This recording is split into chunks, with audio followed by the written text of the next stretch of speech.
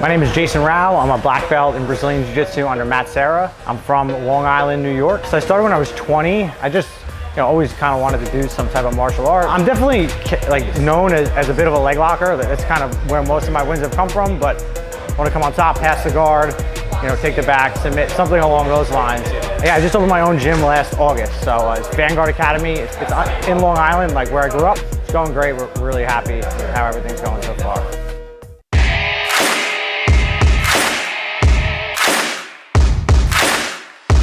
Yo, let's do this. Get up, I know y'all hear me. Show love when I'm in your city. Whoa, whoa, whoa, whoa, whoa, whoa, nah, nah, nah.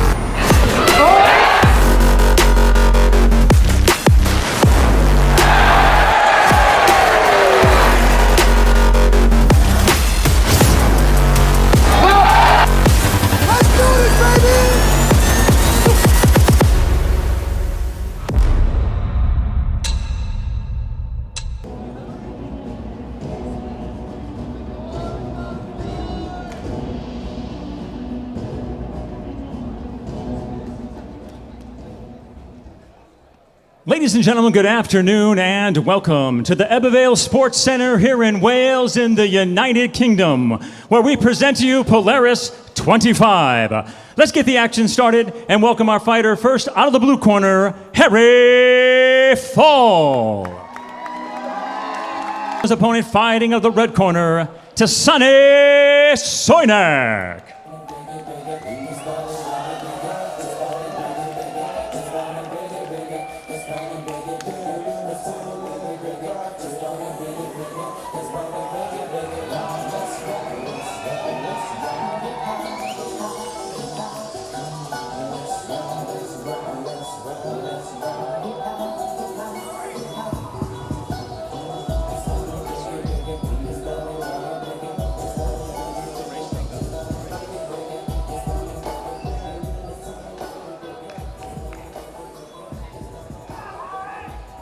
Let's get the action started. Our first bout is in the welterweight division and is scheduled for 10 minutes. Introducing first, fighting out of the blue corner. He stands 6 feet 1 inches tall, official weight 75.8 kilos. Representing Ipan Jam Palestra from the United Kingdom, please welcome HARRI Fall. And now his opponent in the red corner. He stands 5 feet 10 inches tall, official weight 77.2 kilos. Representing Fight Project Gym from Wales by way of Thailand. Let's welcome TASSANAI SOINAK.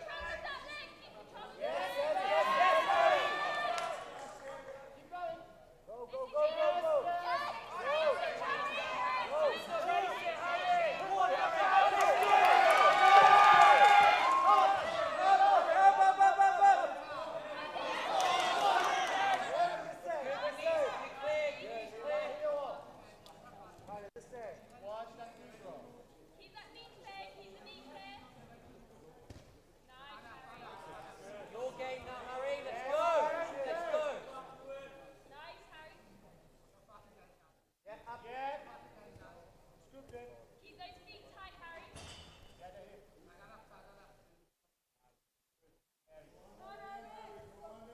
2 minutes 30 gone, Harry. Keep those feet tight. Nice. No, he wants those feet, Harry.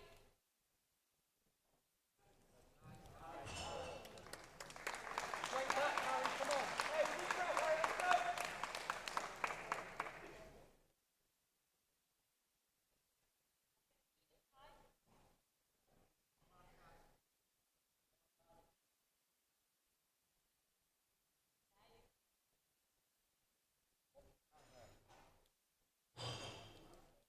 Nice and tight. Keep the feet strong. Yeah, get that golden grip. Hold the hill, hold the hill. Nice, Harry. Take your leg. Watch the counter, Harry. Yeah,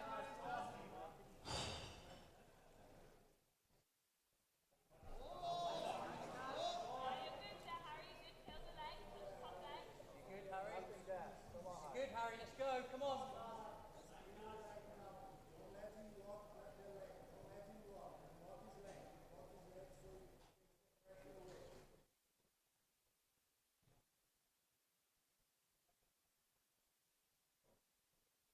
Yeah, step that out.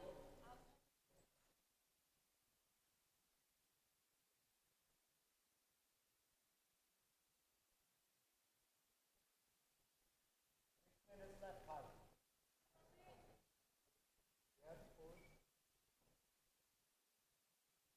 Come up off that.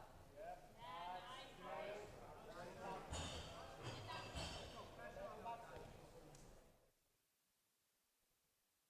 Watch your back, Harry.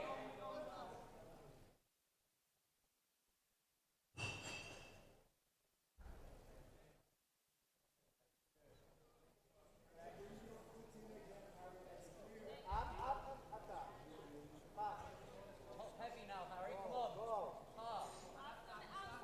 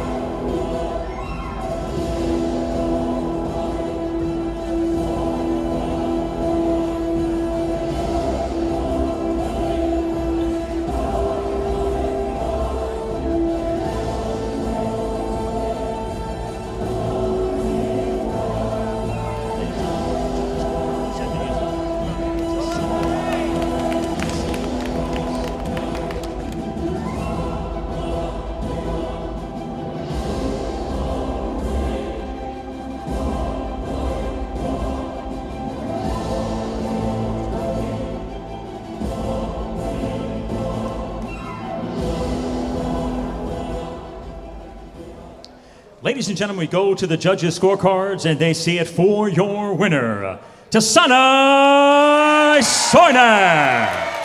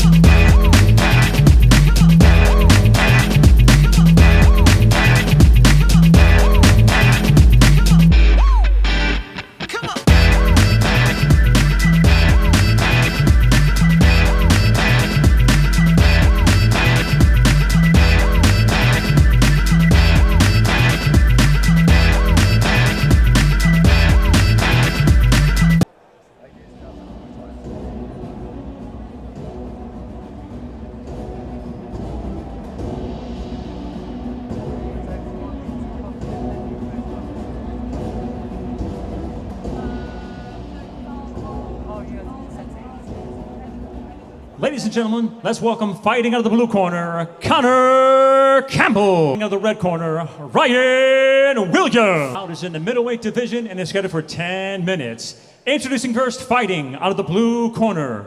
He stands 6 feet 2 inches tall, official weight 79.5 kilos. Representing Dreg from Wales, please welcome Connor Campbell. And I'll welcome his opponent in the red corner. He stands 5 feet 10 inches tall, official weight 79.6 kilos. Representing Celtic Pride from Wales, let's welcome Ryan Williams.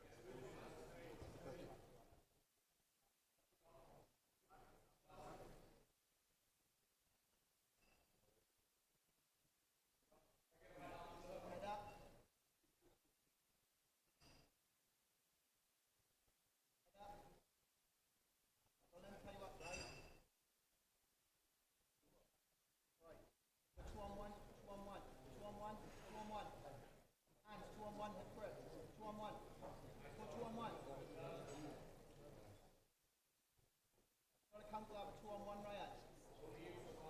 Yeah, good. 2-on-1. Weaker sand, control left. That's the side he wants to go all the time. Control left.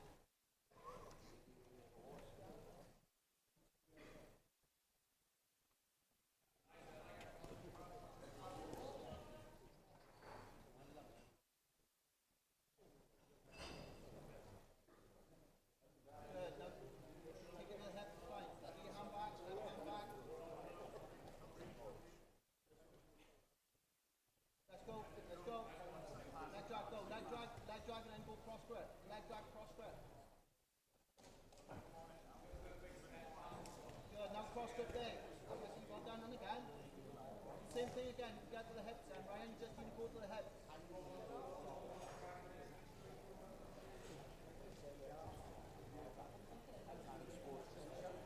Nice. Go left hand on the foot, left hand to the foot, go to the foot. Good boy. Go on, take that foot, trust me. Go. Good. And again.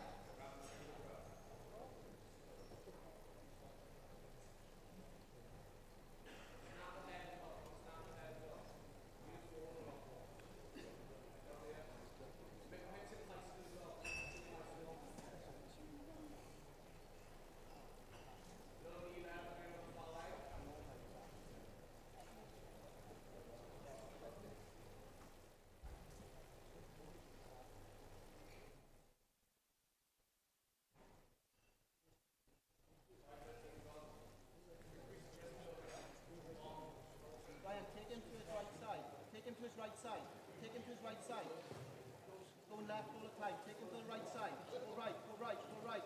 Make him scramble right. He wants to hold you up when you go right, okay? So make him scramble right.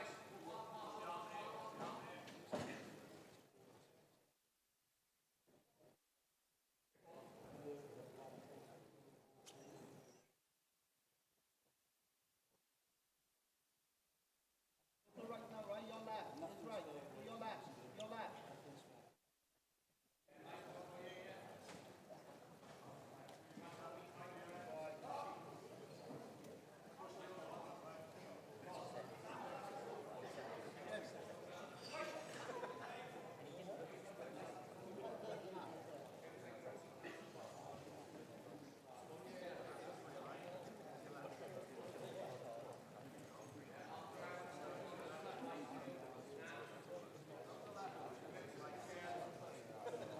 Go hard to your left, Ryan. Hard to your left.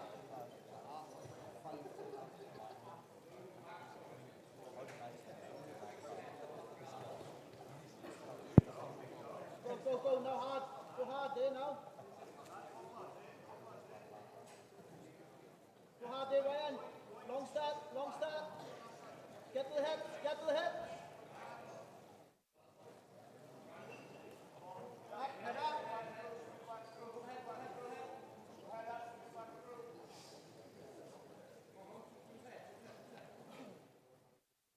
Head up, Ryan. Head up, Ryan. Respect that head up.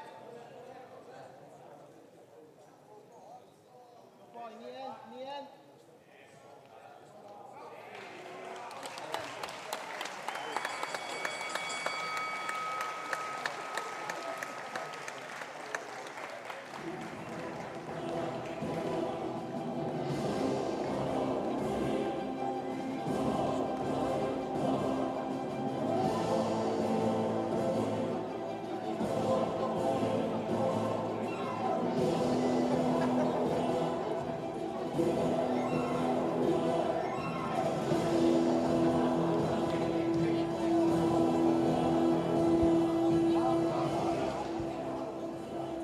Ladies and gentlemen, your winner by tap out due to a leg triangle, Connor Campbell.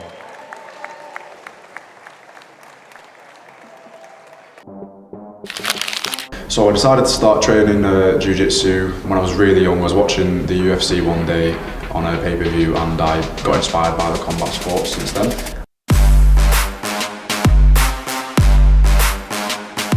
Jiu-jitsu has impacted my life by keeping me disciplined and keeping me on track with my external life goals as well. It keeps me disciplined and keeps me out of trouble as well. It's like, it gives me a long-term goal to work towards. Warrior has been really helpful in terms of supplying me with the correct supplements necessary for training, so a lot of pre-workouts, a lot of post-workout nutrition. So I always feel confident knowing that I've prepared properly for fight with my nutrition and my training, knowing that I'm faster, stronger and fitter than anyone else that steps on the mat with me.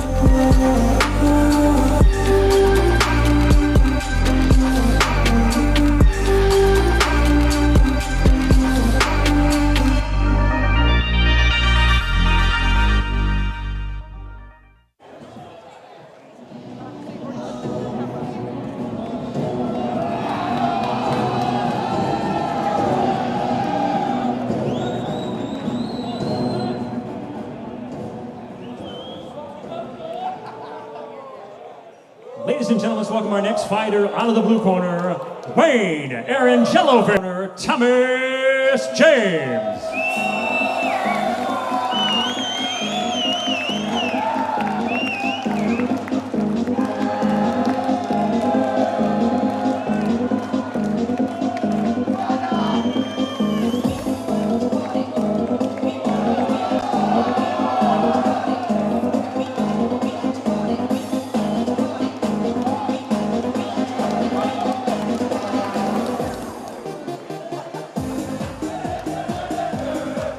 Let's get the action started. Our next round is in the welterweight division, scheduled for 10 rounds. Introducing first, fighting out of the blue corner. He stands 5 feet 9 inches tall, official weight 74 kilos. Representing Newport MMA from the United Kingdom, please welcome Wayne ARANJELOVIC. And now let's welcome his opponent in the red corner. He stands 5 feet 9 inches tall, official weight 75 kilos. Representing Nails Fight Center and Pedro Bessa from Wales, let's welcome Thomas James.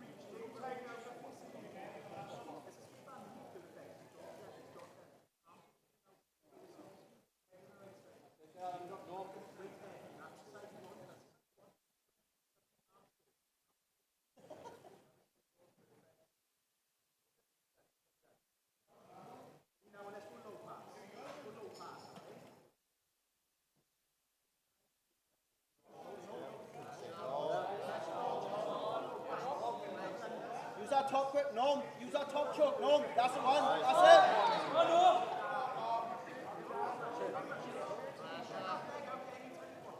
That's it, no, use that 2-on-1 there as well.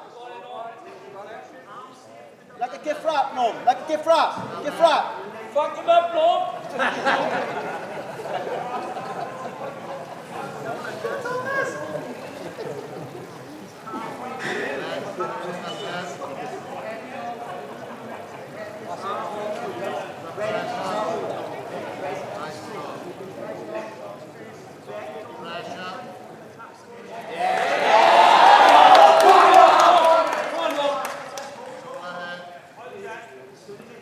Use that choke, no.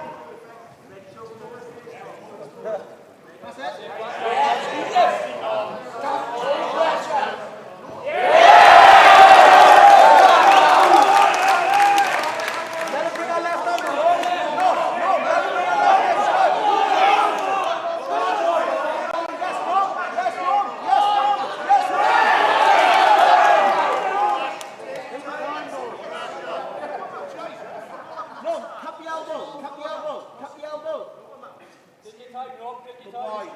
Excellent.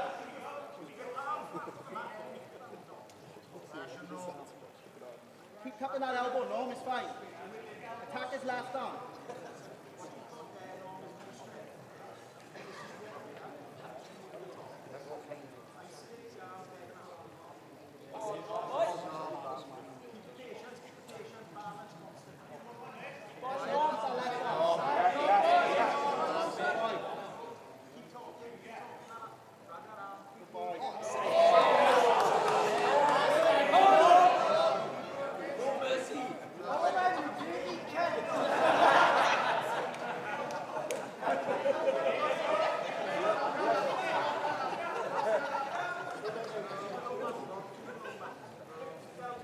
No, clasp your hands in, clasp your hands in, clasp your hands in.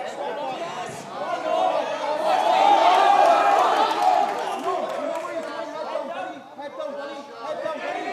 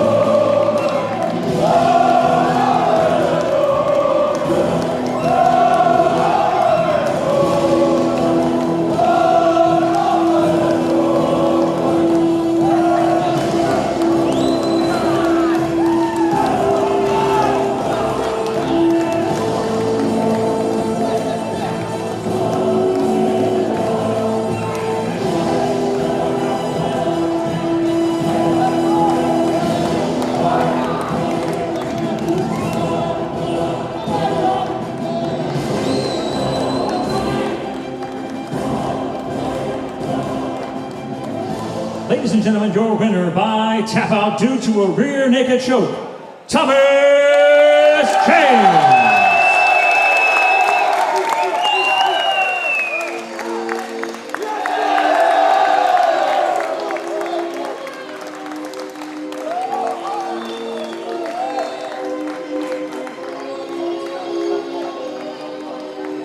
I took the lady with the 6 and us, take another time, by the impress. I'm the MC, is a DJ, no one else, so that I did a direct inject. What the way you pushing on the 6 and dress, nice and sweet to loveliness. Even up the IBX, nevertheless, never. I was right here, you look at me. Well, since last year, I've been focusing a lot on balancing out between MMA training, no gi, and the gi. Right now, since I have more no gi events at this end of the year, I've just been training no gi and MMA. But overall, just rounding up on my nutrition as well. Been learning a lot about food, and I see the results in my training.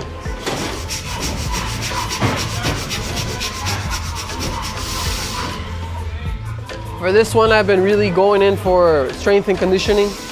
I'm a good, I wake up around 194, 195 nowadays. So I'm feeling strong, lean for this weight. And I know it's absolute, but with my experience from the past, I know that the longer I have in between fights to gain weight, like quality weight, I know the performance that I can bring forth.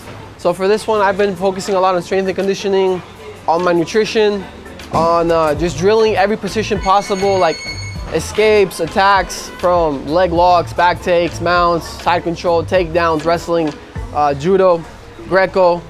So right now, I just feel like my jiu-jitsu's on a different level. I really just want to go on the mat and put on the show. And yeah, MMA training has also been helping me out a lot with like the consistency, the aggression, the explosiveness, I would say. And yeah, I'm enjoying the process right now.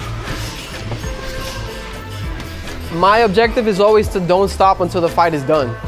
So that's what I'm looking for.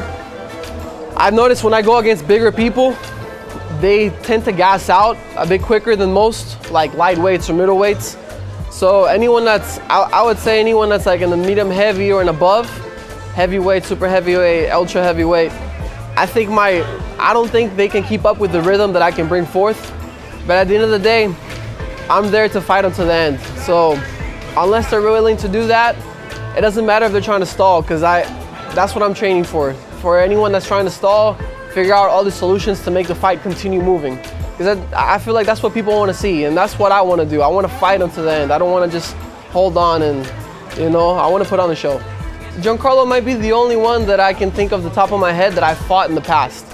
Besides that, Kaynan Duarte as well. I fought Kaynan when I was 17 and he was, I think, 19 or 20. And the fight went by points.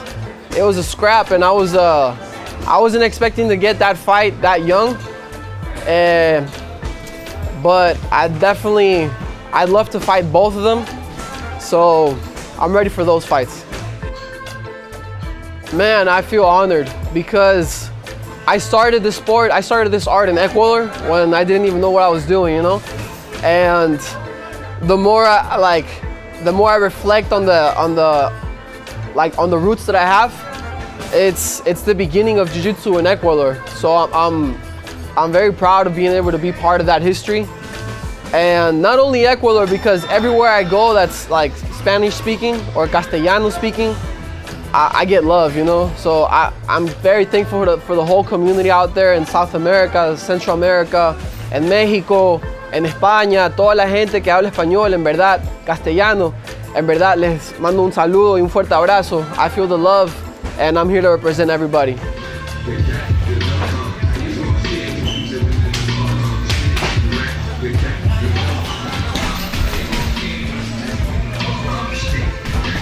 What I'm hoping for is that I can be one of the ones to pave a way for athletes to know that, for example, you don't have to take steroids to be at the highest level.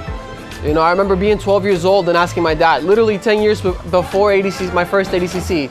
At 12 years old, I fought ADCC at 22 in 2022. And I asked my dad at 12 years old, do you think I'm gonna need to take steroids for ADCC whenever I'm there? And I don't even remember exactly what he said, but what got to my head was, whoever wins ADCC Absolute, or even a weight class, with openly saying that they don't take steroids, that's what I want to do. That's not my objective. That's what I want to be. I want to be the first ADCC champion, absolute, weight and absolute, to not have taken steroids to have won. That's the kind of opportunities that I want to, that's the kind of inspiration I want to bring forth for the next generation. And just to know that they can build their own legacy, without having to do things. I train mainly with my brother, I started this with my family, and now it's just kind of like my brother and I. So it's something that's bonding us, like bringing us together. So I want to bring that forth, and there's a lot of brothers out there, you know, like the Gomez brothers from Catagalo in Brazil, they're the Checkmat, the Miaos, the Mendes, the Rutolos, even the Ribeiro brothers, are great examples. So now we're the Jimenez brothers going on this one as well. I feel like everyone in this bracket is going to be really tough. I respect everyone there, but honestly, I see 8 people, with myself included, and in my eyes, there's 8 fights. So everyone on the bracket, I'm willing to fight everyone. I really want to fight everyone on the bracket. So whoever it is that I have to face first or last, let's go.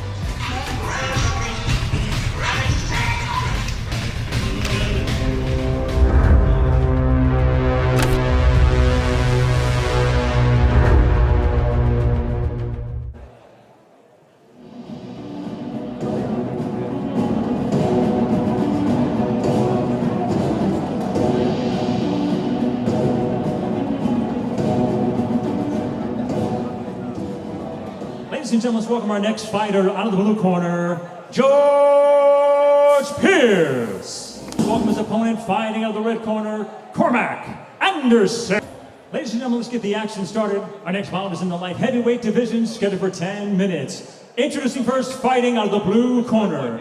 He stands 6 feet 1 inches tall, official weight 87.8 kilos. Representing London Grapple from the United Kingdom, please welcome George Pearce. And now his opponent in the red corner. He stands 6 feet tall, official weight 87.6 kilos. Representing Dreg from the United Kingdom, let's welcome Cormac Anderson.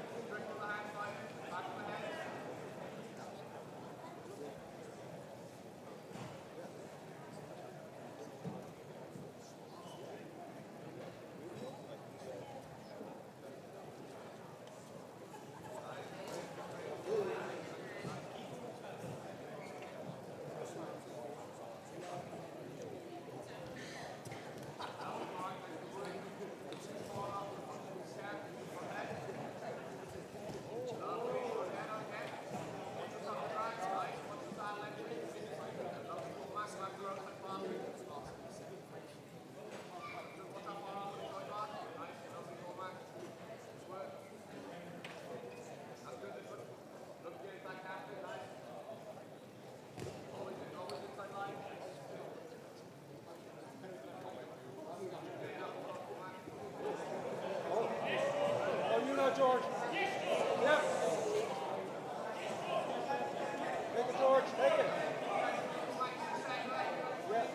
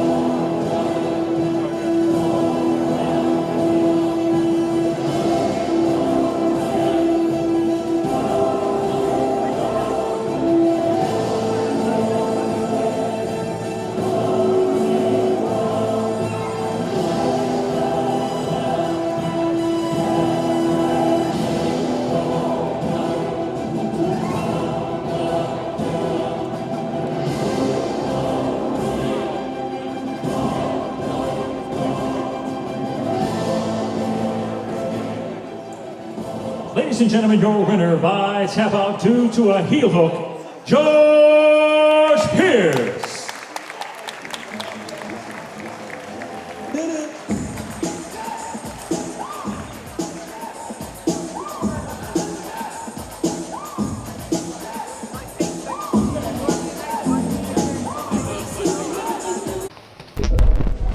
When you fight for a position and you've cleared that position, you shout the word reorg. And you all come together in all-round defence. No matter what's just happened, like good or bad, you move forward with a positive mindset. Reorg to me is about belonging and helping people that are in a bad place to get to a better place through shared hardship, you know, on the mats and off the mats. And that was it for me. That was like, that's it. Reorg. We're going to come together and we're going to move forward using jiu-jitsu to a better place. Passing on, I think, knowledge and experience to people that need it and helping as many people as we can.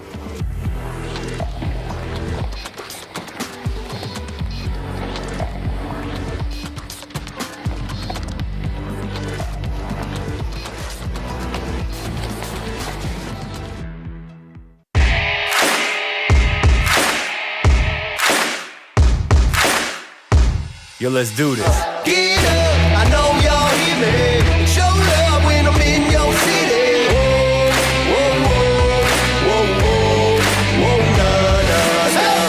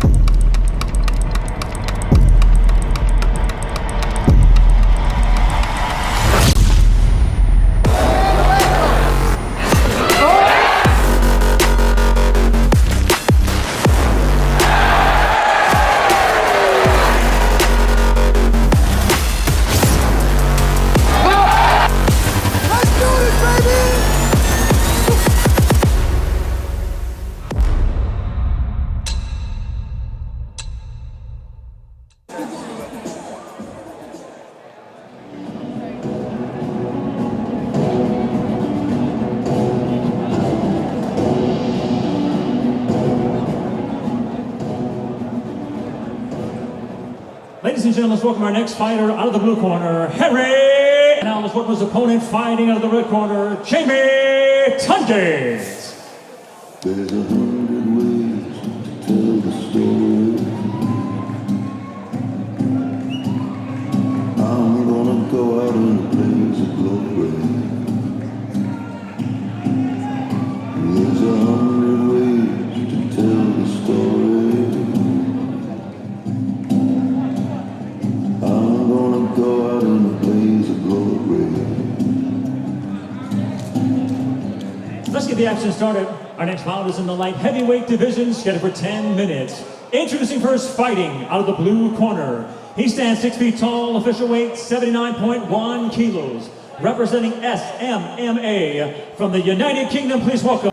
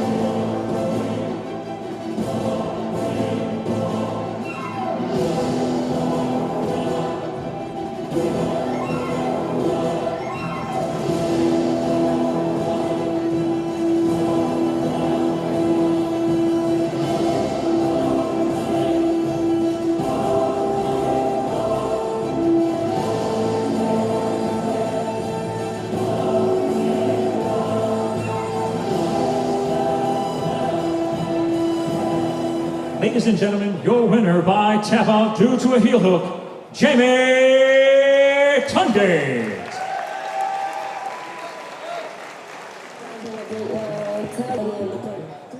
Good. Above the knee, above, so we're climbing the leg like a rope almost. You're always connected. Yeah, so I'm training in New York with Jason Rao at Vanguard, which is really great. We're learning a lot there. And then also in Austin, Texas at Brazilian Fight Factory, mostly with the TASSANAI brothers there. So that's also good. I'm getting like 2 different looks in 2 different gyms. Cross-training at other places as well. So getting good variety and a lot of different looks in my training, which is great. Training with the TASSANAI brothers is a lot of fun. They're competing regularly, so all of our rounds are very competitive and really fun, a lot of scraps, so yeah, it's a lot of fun there. Jason Rao is great. He's a big fan of the Dragon. He's a very technical role, and yeah, we're really happy to be training with him regularly. So yes, this is my first time competing for Polaris, and I've heard really good things about the company and the event itself, so I'm really excited for that. First time spending some time in London as well. I'll be flying in there, spending a week, and then heading to Wales where the competition is this time. So another place I haven't been, and yeah, that's gonna be great. I'm sure it's gonna be great, and I'm really excited for that. Main guys that come to mind are CANN and Duarte, being the current ADCC World Champion. John Carlo Bedoni also being the current ADCC World Champion. So those 2 guys are obviously like amazing athletes, going to be very challenging and a good competition. We also have a lot of world champions in the bracket as well. Roberto Jimenez, Fabricio, Andre, and then some local guys. We have Owen Labsley, so no-gi judo takedowns. He's had some good matches on Polaris before. I've seen him do some really nice big throws and takedowns, so he makes for exciting matches. Yeah, I think it would make for a really exciting match if you stand with Owen. It's definitely going to make for an exciting match for the fans. So yeah, I would like to do that. So yeah, the tournament is absolutely stacked. It's like a mini ADCC. So I think it's probably the most stacked competition of the year. So it's a really good challenge, and yeah, I'm really excited for it. I try to make all my matches very exciting. I like to, I want to make my matches exciting, so I get invited back to these kinds of events. I think that's really important. So a lot of action, a lot of looking for big takedowns, looking for big scrambles, and looking to get the submissions as well. So 10-minute matches, I'm looking to get in, get out early. So, doing that with submissions and making for some exciting matches as well.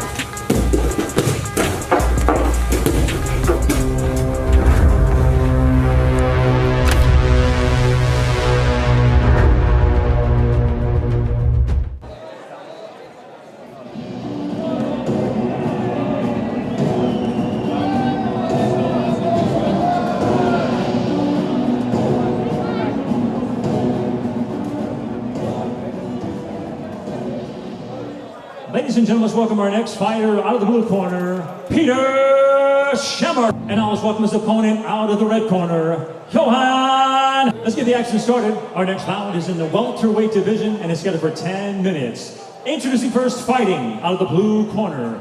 He stands 5 feet 9 inches tall, official weight 72.5 kilos.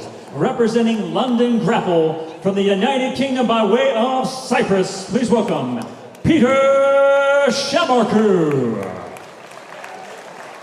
And now his opponent in the red corner. He stands 6 feet 2 inches tall, official weight 76.8 kilos. Representing 2-4 martial arts from Wales, let's welcome Johan Harris.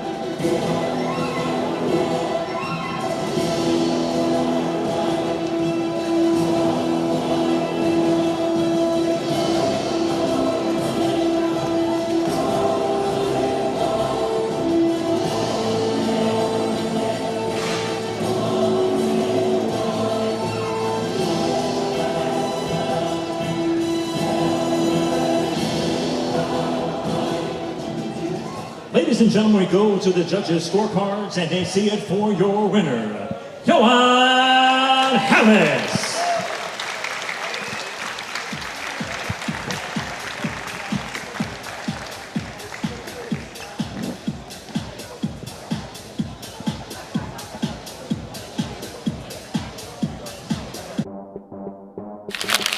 So I decided to start training Jiu-Jitsu when I was really young. I was watching the UFC one day on a pay-per-view and I got inspired by the combat sports since then.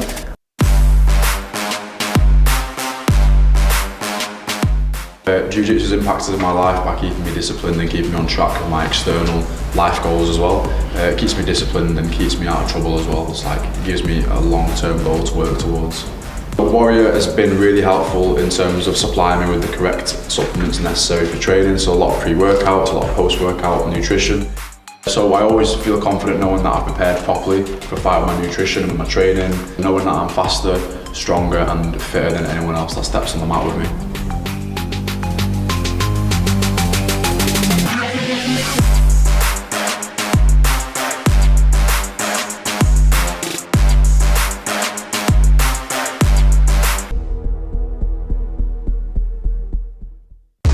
Yo, let's do this. Get up, I know y'all hear me. Show love when I'm in your city. Whoa, whoa, whoa, whoa, whoa, nah, nah, nah.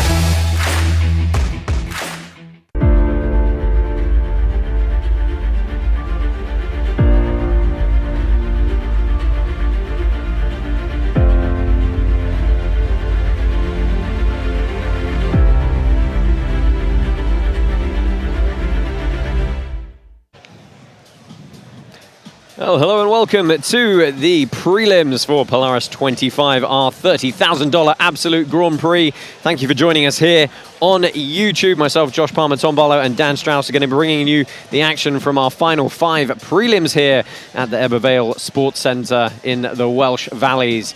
Some exciting bouts coming your way for the next few moments. We've got Andy Roberts taking on Gavin Thomas. Matias Jimenez, who's actually the brother of Roberto Jimenez, up in our 8-man Grand Prix a little bit later. He's taking on Finn CAREY. Real nice heavyweight battle. ARYA SFANDMAZ taking on Welshman Wayne SAMWAYS. Max Bickerton and the always interesting LEW LONG are going to go to battle. And then a fantastic women's bout to cap these prelims. Rosa Walsh-McCann is going to take on Stephanie Evans. Let's go ahead, throw it over to your MC for the evening, Mr. Michael Vale, and get our proceedings underway.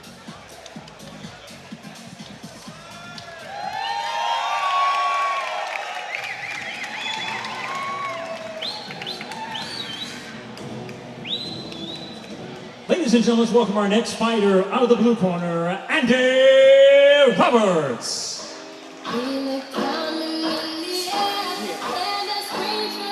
So we've got a gi match, a black belt gi match to open up tonight, and a real stalwart of the UK Jiu-Jitsu scene, Andy Roberts, back here at Polaris. Yeah, it's great to see Andy back competing.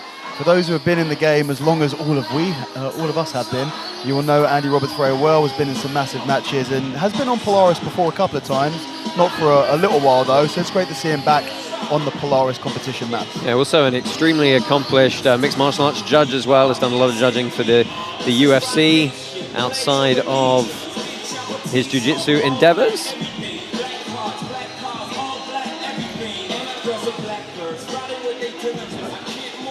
And now let's welcome his opponent, fighting in the red corner, Gavin Thomas.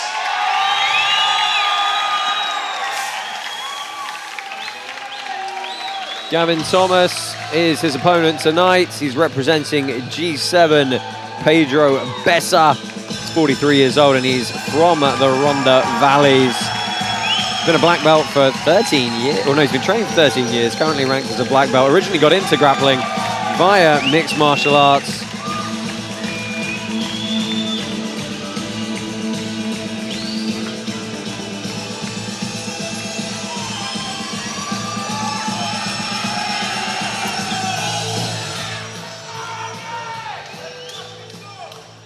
Let's get the action started. Our next bout is in the welterweight division and is scheduled for 10 minutes. Introducing first, fighting out of the blue corner. He stands 5 feet 9 inches tall, official weight 73.9 kilos. Representing Andy Roberts, BJJ, Roger Tracy. From the United Kingdom, please welcome Andy Roberts.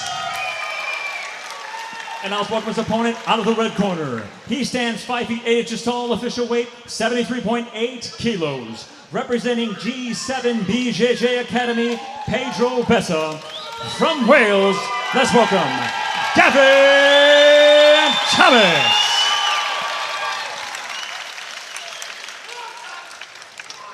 So your referee for this bout is Greg Creel. And we're gonna slap bump and get underway here. Quick guard pull from Thomas. Yeah, really actually nice guard pull. We see so many guys try to do this currently and they end up landing on people's knees. So it's nice to see someone do it properly and not do that. Yeah, well, they banned guard jumping at white belt, I believe, didn't they? They have, and for kids as well, because it was causing so many injuries. I mean, I've had it done to me where someone has enthusiastically, I mean, many moons ago when I trained in the gi, enthusiastically jumped guard straight into the side of my knee, which is highly unpleasant. So Thomas re-guards here after having his guard broken, tries the loop choke, but Roberts very much aware, sitting down into this knee shield half guard here. Yeah, Andy's got that grip, I think, through the leg. He could use a lapel cradle, which is a lovely way to pass the guard. But resetting back in just kind of combat base. Yeah, sitting in the combat base, for those of you joining us who are perhaps newer to the sport, that puts the opponent's ability to close their legs around you a bit tougher because it makes you that much wider. I'm going to invert over here. Yeah, it looked like momentarily Gavin was going for an arm bar, for an omoplata. And he's just a little bit too wise to it, pulled up straight out of it. I think this is our only gi match tonight. I believe so, yeah. I know that makes you very sad, Tom. It does make me very sad. Looking for that loop choke again, but head definitely not in the right position for it. It could be that Andy's kind of playing a little bit slow at this initial pace, letting Gavin burn out a bit of energy. How do you feel about the guard passing approach so far from Mr. Roberts? I mean, personally, I think he's been quite conservative in what he's doing. He's not really pushing the pace. He's looking to step over this leg and get into that headquarters and then potentially could try to knee cut, things like that. He also seems quite blasé about that grip on the lapel. I know that Gavin's let it go now, but I always feel like it's important to dominate those early grip exchanges. Yeah, Gavin driving it towards the knee bar position here. Managed to invert all the way across here, getting on the leg. Roberts sitting down. The knee line's clear, but well recollected by Thomas there. Yeah, and he's going to use this to come up on top. This is going to class as a sweep for Gavin Thomas. Still a fair amount of time left, and well, Andy getting it back straight into a dog bar. Oh, and he gets the dog bar. What a submission from Andy Roberts, coming up on top and a little pop of the hips to get that knee bar from the top position. Really, really nicely done. I mean, the knee bar, that dog bar from that half guard position, so much more effective in the gi. So evil as well. So much friction there with the legs and just on it immediately. I should point out, as you take a look at the replay here, that Warrior, one of our sponsors tonight, are going to be choosing one of the prelim competitors to win £1,000 as their Warrior of the night, and this is a good early contender for it. The knee bar from the top from Andy Roberts. You see, as he comes on top, he's just going to get the hips low and immediately, and it comes on so quick. Yeah, beautiful little technique and so fast from Andy as well.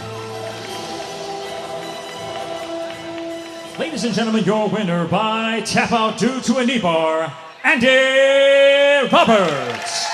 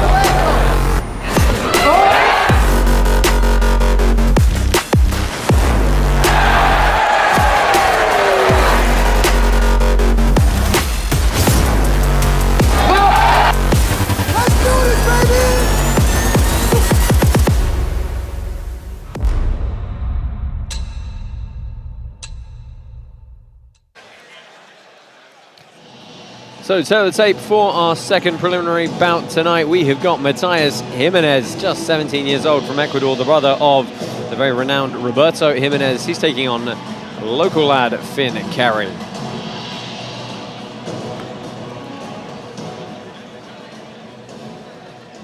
Ladies and gentlemen, let's welcome our next fighter out of the blue corner, Matias Jimenez. I ain't gonna say it without messing up. Go ahead, then. So Matias Jimenez makes his way to the mat here, and very interesting in his bio. We said, how long have you been training? 15 years. I was born into this. Well, how old is he? He's 17.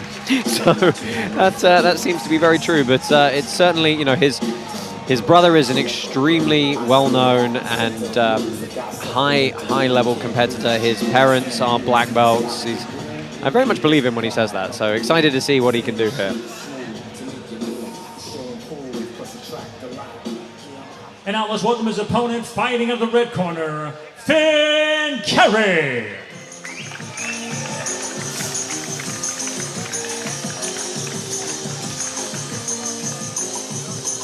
Finn CAREY making his way to the mat. He is representing Amos Martial Arts. So we'll see former Polaris competitor Ash Amos in his corner here this evening.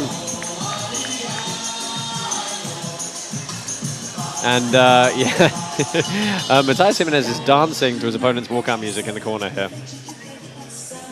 Either that or they got them Let's mixed get up. the action started. Our next round is in the lightweight division and is scheduled for 10 minutes. Introducing first, fighting out of the blue corner. He stands 5 feet 9 inches tall, official weight 68.8 kilos. Representing Studio 76 from Ecuador, please welcome Matias Jimenez. And I'll welcome his opponent in the red corner. He stands 5 feet 8 inches tall, official weight 69.5 kilos. Representing Amos Martial Arts from Wales, let's welcome Finn CAREY.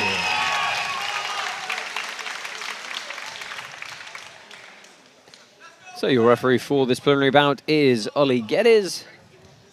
Finn CAREY in the white and black, Matias Jimenez in the all black. I do have to mention the Berserk brand on the neck of Matias. I couldn't see it. What's It's about the darkest manga. Okay. Yeah, if you want a real dark story, if you want to lose hope in humanity, go watch Berserk. But it's very good though. Yeah, you really inspired me to watch it. Yeah, sold it. Well, the main guy's got a really big sword, so. Oh, that suits you. Yeah. So we've got some early collar ties here, tying up over under again. Just a little bit of wrestling on the feet. Good head position from CAREY as he looks for that inside trip. Ooh, Big nice guard jump. Really off-balanced him in the way, and he gets the sweep off it. Yeah, beautiful sweep off of that, using the momentum of that guard jump. He's got to watch the leg now. Matias going for a straight ankle lock here.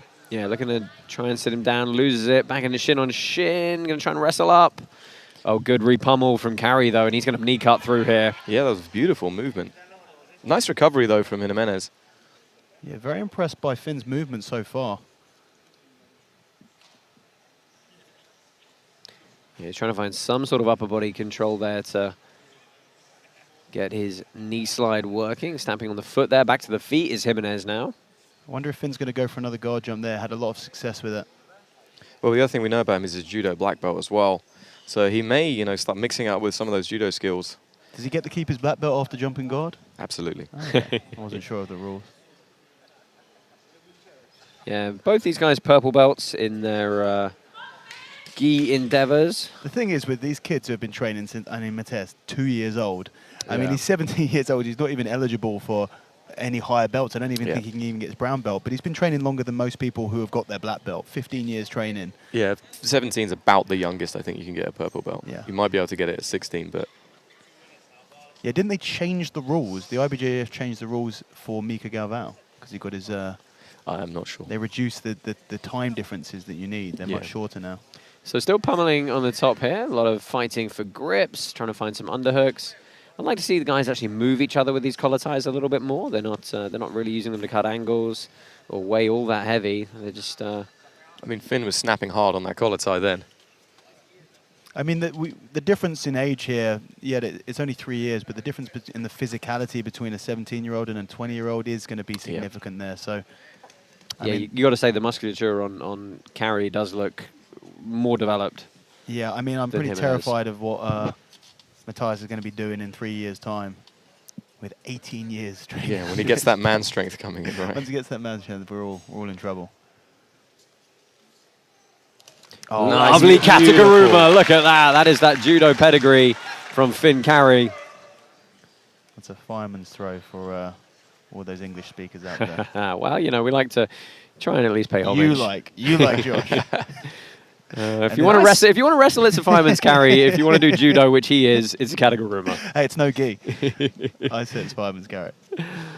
Tom will give us a completely different name that is. I cannot think of one right now, Dan. I'm sorry.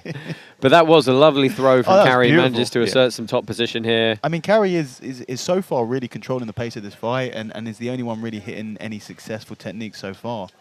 Yeah, I mean, Jimenez just had that little off balance after the throw. Almost came up on top, but CAREY just showed great balance, poise, got straight back into passing again. Yeah, and he's working diligently to pass as well. He's not wasting a lot of time. He is trying these entries, moving around, doing some different options.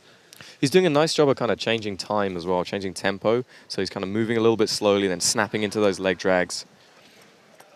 Oh, don't forget, you can join us on UFC Fight Pass at 7 p.m. local time, 2 p.m. Eastern over in the US to join us for our $30,000 8-man absolute bracket. Of course, Aljamain Sterling and Mike Grundy on the card as well, as Finn CAREY looks to complete a pass and settle on the hips here. Yeah, he's got it.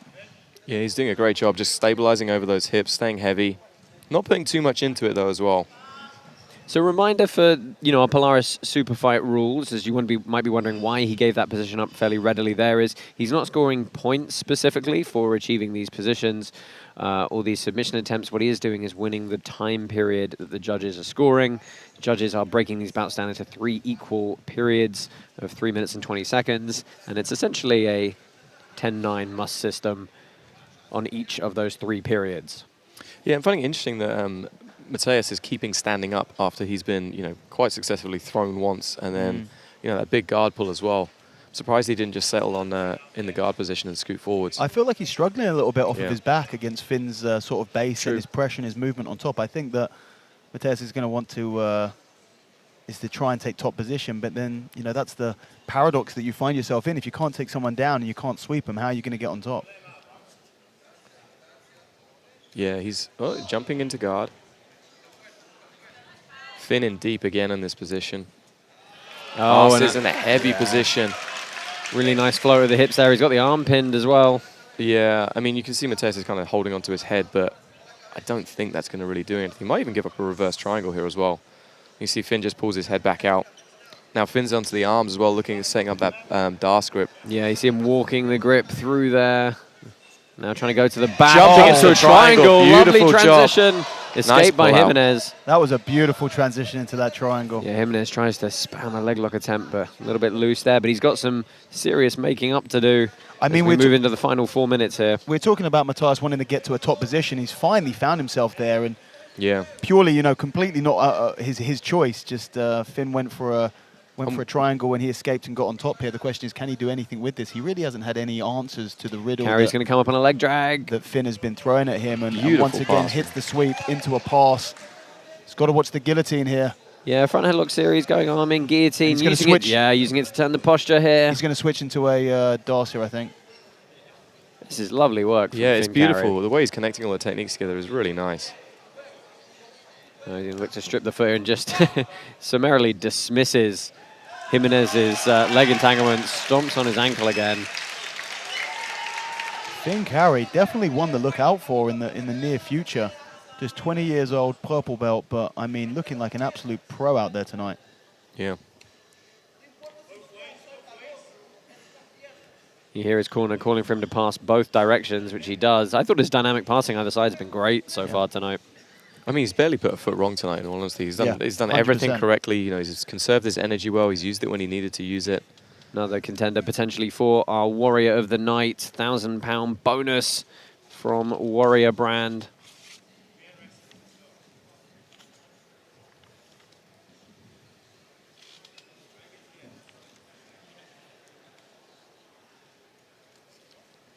Nice little leg drag again there from Finn.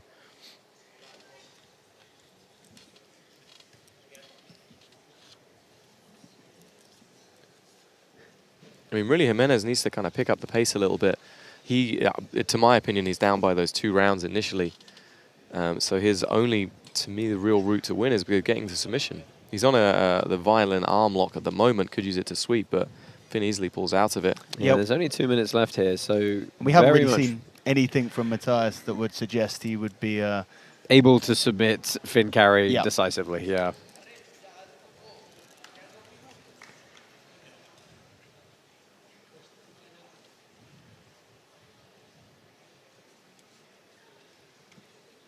Still tying up on the feet here. Minute 45 left.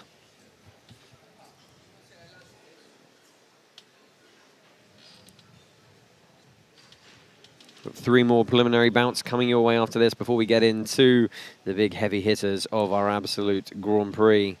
Some of the biggest names you're going to hear, not to mention current ADCC champion Giancarlo Bodoni and Kainan Duarte in that bracket. Oh, absolutely massive main card that we have here tonight. So, slow double sprawl by Jimenez, and he had a chance perhaps to connect for something, but... I'd say the first sniff of any sort of offensiveness. And oh, but look at this false reap. Yeah, he kept pressuring through that false reap and just gave it to Finn. And now Finn needs to look to track back towards that ankle. A minute left, and he's got that heel. He's got that heel. It's on. No, he's saying no, but... Well, the crowd is just saying to Finn, go ahead and break it.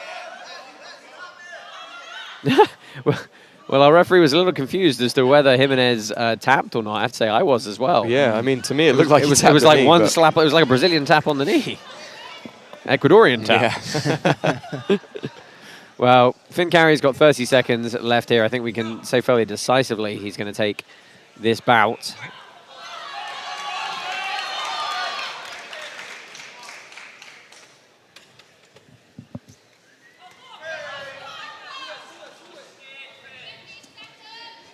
Jimenez throwing the legs up, but CAREY's past one, trying to tripod pass over the top here, and he's going to settle into the hips as another nice long step. Yeah. Walks around, and he's going to end on top as he has been for the majority of this fight. Well, the highlight reel for Finn CAREY, I think, is going to be that Kataguruma. I hope we can show that to you again. That's beautiful.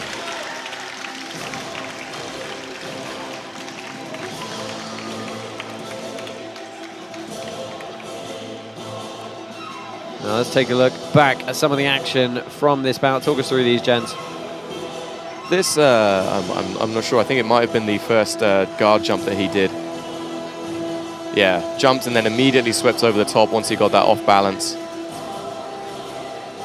Here I think we're going to see that Kataguruma. He's got the arm over the top. High underhook over he's got the head positioning. He's waiting for the push back in, then drops. Beautifully drives over the top. I mean, to me, it looked like Finn really had the kind of strength advantage in this match. And he was able to, and the movement. He was able to impose that on Matias as well. Is that attempting at the triangle? Matias just blitzed out of it quickly before it was locked in tight. Ladies and gentlemen, we go to the judges' scorecards, and they see it for your winner, Finn CAREY.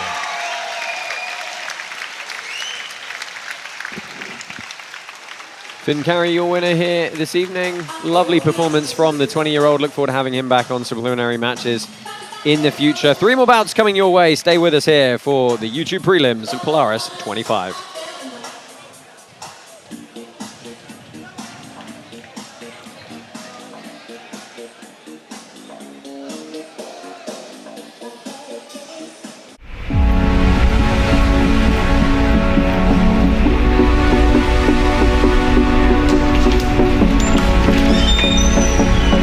The way that I'm focusing on every tournament is, I don't look at myself like that, like I'm the ADCC champ or whatever the case is. Obviously I know that I won it and things like that, but the way that I am training and the way that I'm approaching tournaments is as if I had never achieved that. Obviously I know that I did, obviously I know that I'm capable of it, but I still have the same drive and focus that I did, if not more, at this point. So I don't feel myself as needing to protect anything.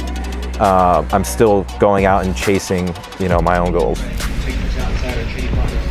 It was good to get that feel because it just gets you comfortable in those high stakes situations. And I'd never competed in an event of that caliber before. And so it just made it so that I could normalize that situation, which I thought that I always could, because again, I don't try to focus on the external things. I try to focus on what I can't control, which is again, my skill set, like I mentioned before. And so I would say that that was a good experience overall, and I can kind of always, go back to that and use that experience for future events like this one. I've never been the type to live in the moment of a single win, so I don't want to just think about ADCC 2022 for the rest of my life. I have to think ahead at the next thing. And for me, the next thing is, I'm competing this weekend, and then I have Polaris. Those are my two, those are the two things that are coming up. I can't look any further past that, and I can't look behind those, behind myself either.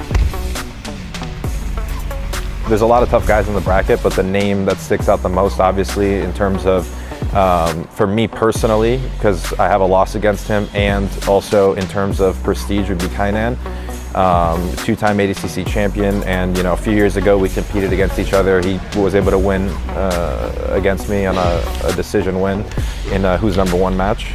So it'd be nice to get a rematch against him. And obviously he's achieved a lot of things since then. So I think it would be an even bigger match this time.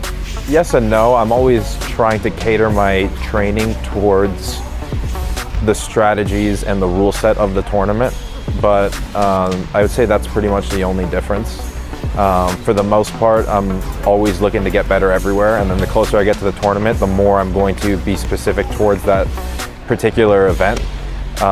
So in a way, yes, but not really, because I'm just catering it towards that specific rule set.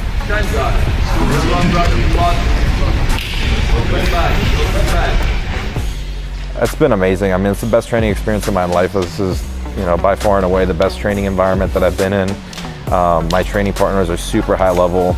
A lot of good people around us, and obviously, we have John, who's basically running just an incredible training program here. So I feel like I'm able to just excel at such a fast rate. It is a double-edged sword, because I have so many tough training partners that it can be very frustrating, because you go against so many good guys and there's a lot of failure involved.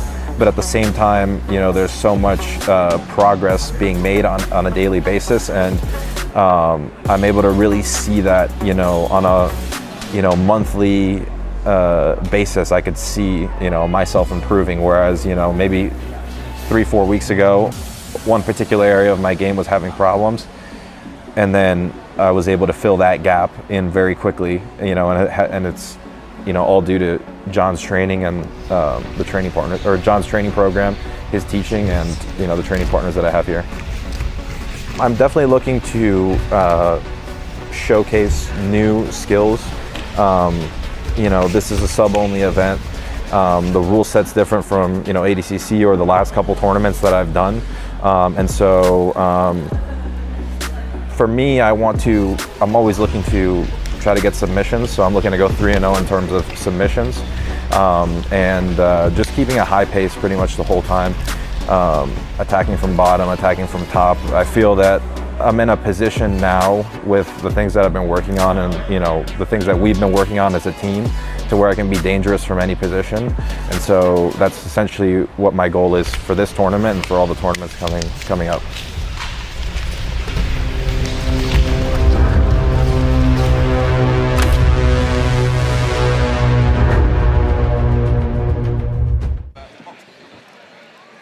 So we have got a heavyweight, and I mean heavyweight, 120 kg limit match coming your way now. But it's a really, really fun one between Pure Jiu-Jitsu's ARYA SFANDMAZ and the Mat Academy Wales' Wayne SAMWAYS.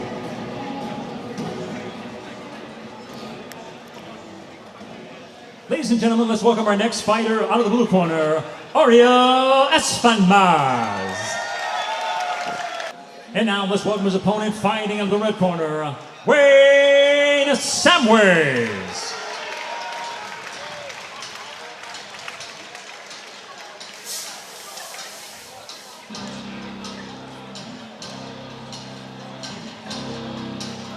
So Wayne Samways, his opponent tonight. I believe we've seen Wayne before on Polaris.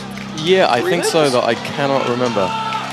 Yeah, another person who does compete every so often, but a lot of training partners in mixed martial arts. You're going to see his good friend and training partner Liu Long up in the next bout here this evening. He just about snuck under our 265-pound limit at about 262 pounds. As you can tell, he's a very stocky human being, so I'm looking forward to seeing if ESFANDMAZ is able to get some grips and get on him here.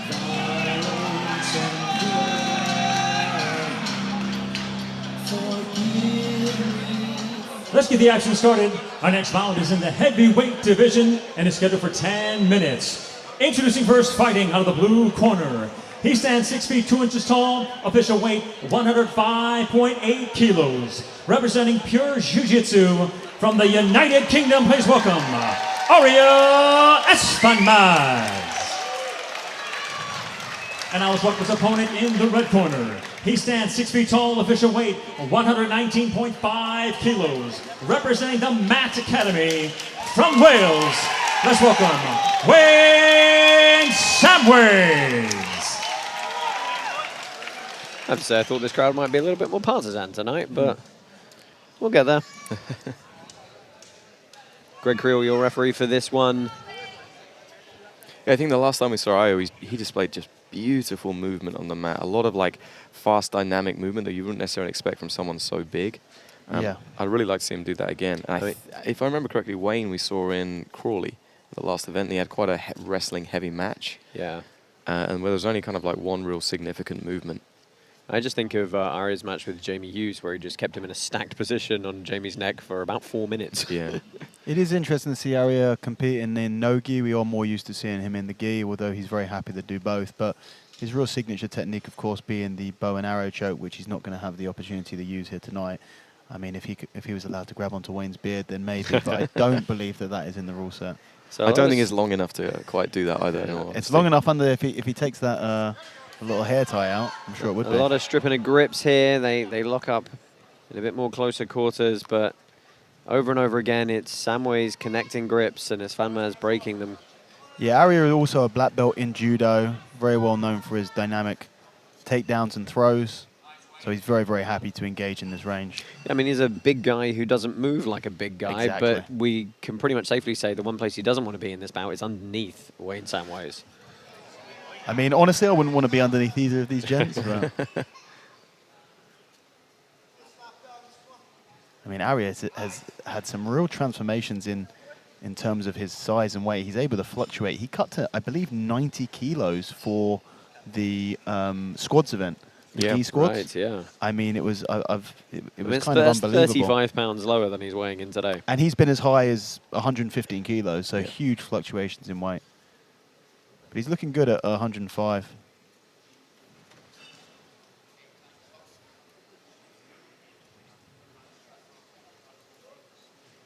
The referee's telling him that we need to see a little bit more action. I think that's a fair call. We're seeing a lot of repetitive grip stripping, but nobody really committing. Yeah, I mean, Wayne had significant action. Wayne, had a good wrap around that leg. If he'd committed a little bit more and started to drive through, he could have potentially picked it up.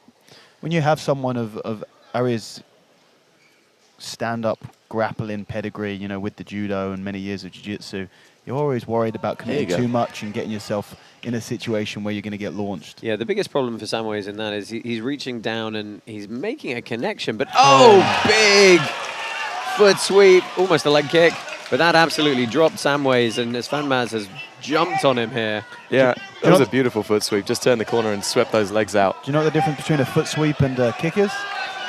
The foot sweep takes him down. If it doesn't take him down, it's a kick. Well, here you see ESFANDMAZ onto the back. Yeah, floating around on top. This is some of the movement we said he was capable of at this size, and he's done a good job maintaining top position there. Yeah, great position for Arya here. Yeah, you can see Samways is really having to work hard to keep him off him as well. Framing hard, that's going to burn out tons of energy. Yeah, it's sometimes tough to stop these shorter, stockier guys from just turning over to turtle. But ESFANDMAZ has chased him very well a couple of times now. And this really is Arya's bread and butter here, taking the back. He doesn't have his usual submission options, and with a guy of the physique of Wayne Samways, he's going to be very difficult to submit from the back, I think. There is not much neck there to choke. Well, he moves to mount very nicely. That was a really nice transition. That kind of leg weave position that he adopted makes it very difficult to stand up as well. Back to side control. I mean, I think the good option for SHAMARKOU here is just to make Samways expend a lot of energy. Yeah. Just burn the clock down here a little bit. Get him tired and then see if something opens up. Yeah, as the lighter guy, you've got to think that he's going to have the better endurance and cardio in this match. So I think being patient and really just wearing on Wayne in top position, giving him threats, forcing Wayne to aggressively try and escape stuff is going to be a nice strategy. Is Samways looking to just classically roll him here with that wrist grip? It looked like for a second. I thought he was going to go for the just stand up fashion. He's on the face here. Yeah. Well, big crank goes to the back here. And I think it's very possible that's what we're going to see. I don't think that ARYA's going to be able to get underneath the neck.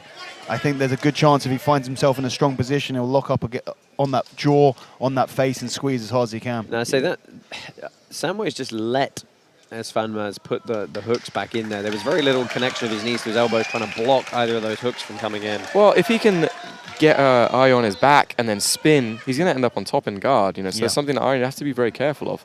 Like, it's going to be very difficult to get his arms underneath Samways' neck because he just doesn't have a neck. And if Samways can do what he did before, which is pass the arm over the head, he's going to be in a decent position. So Arya needs to make sure that he's staying on top and keeping this control. Okay, see, again, he has to transition back to a mount position here, and he's almost going to get rolled. Triangle here, possibly. It looks like ARYA's about to sit backwards for it, but Wayne does a great job with that right arm, shooting it under the left leg of ARYA to negate that triangle attempt. I think ARYA's going to try and remove that arm and continue to go for the triangle, almost switching to a Kimura there. Yeah, and you see he's just struggling to get the grips he needs to finish those. Again, though, back to turtle position hooks, looking to get wrist grips. And you see every time he drops his hips in here to fold those wrists under and flatten Samways, Samways is able to just pop onto his side here. And the position has to get abandoned again. Well, that's it. The absolute best position, the greatest chance that ARYA has of getting the arm underneath the neck is if he was able to go really belly down and put the hips into the squash the into chicken. the back there. Squash the chicken, is that what you call it? Yep. I'm sure you always have some interesting names for things. Always, always. It's you with the Japanese, him with the stuff no one else has ever heard of. Listen, I got that from Chelsea, got it from Andre Gaval. We're going to go with squash the chicken. Is that like one of those things that have been translated from Portugal? Portuguese that made much more sense. There's some half guard here going on for Samways. He did have a connection around the leg, and he's trying to get to a deep half here. Use that left arm as a frame on the chest to lever ESFANDMAZ over. I mean, this is the best position that we've seen from Wayne underneath so far. Yeah, ESFANDMAZ doing a great job of just using that crossface to stop it though and shut it down. And he's not letting Samways get underneath him enough to quite get that movement. Yeah, he can't quite get his hips to where he needs them to be. You say it's that crossface that's really doing that. Oh, well, he's got under him here. Nice movement with it? No, he can't. Easily extracts the leg, does ESFANDMAZ, and he looks to go straight back to riding this top position. Again, good speed from ESFANDMAZ. Again, the flatten though, and we're seeing it rinse and repeat. I mean, Wayne is looking like he's moving in slow motion compared to ARYA. There really just is a massive difference in fluidity of the movement, in speed here. This arm trap that he's used, the shin Kimura pin. attempted his own, and it's done. Beautiful performance. I love the change of tack from ESFANDMAZ to go to the arm there, and you saw the commitment to finishing that Kimura. I mean, again, another contender for our Warrior 1,000-pound bonus of the night for these preliminary competitors. I mean, as soon as that fight hit the ground, or match, sorry. I'm sorry, I know. I was at K-Boys yesterday. You can say talking about whichever. fight. The internet people you have to worry about. Oh, God, they're the worst. But really, once this match hit the ground, it was all ARYA. He looked absolutely flawless tonight. Incredible movement. Wayne had absolutely no answer for anything and eventually weared him down. Lots of back attacks. And then as soon as he saw the opportunity, he grabbed that arm and the tap came almost instantly. Really, really nicely done. Yeah, he did an amazing job of just staying on top, floating, and not letting Wayne get to anywhere that he needed to be. And then he got this shin pin on the arm, set up the Kimura grip, and immediately that was the hands together. as clean a decisive finish as you're going to get on that arm lock. Let's go ahead and make this one official. Ladies and gentlemen, your winner by tap out due to a Kimura, ARYA ESFANDMAZ.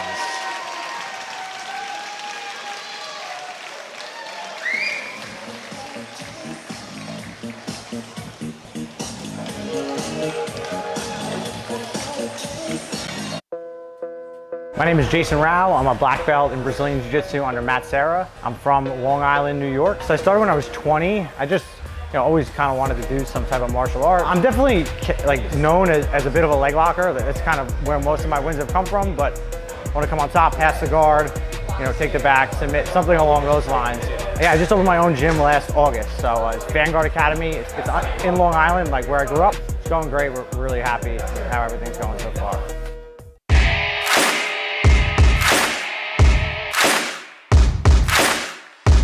Yo, let's do this. Get up, I know y'all hear me. Show love when I'm in your city. Whoa, whoa, whoa, whoa, whoa, whoa, nah, nah. And the roof on it, you know that we gonna pop it. Hey, hey, y'all ain't ready. Laying up the whole damn city. Whoa, whoa, whoa, whoa, whoa, nah, nah, nah. Get up, I know y'all hear me. Show love when I'm in your city.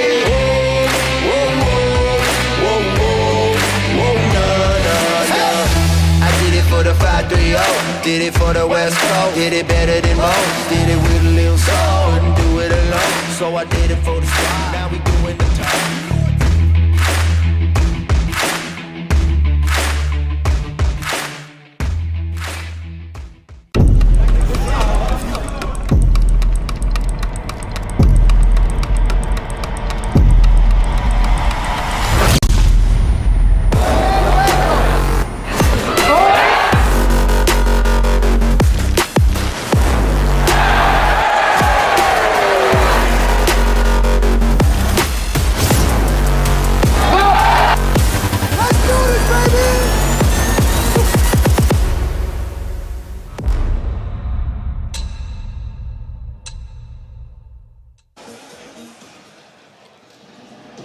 So our penultimate preliminary bout here this evening.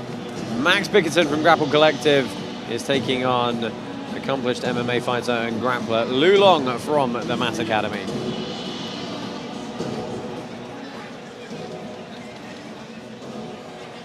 Ladies and gentlemen, let's welcome our next fighter out of the blue corner, Max Bickerton.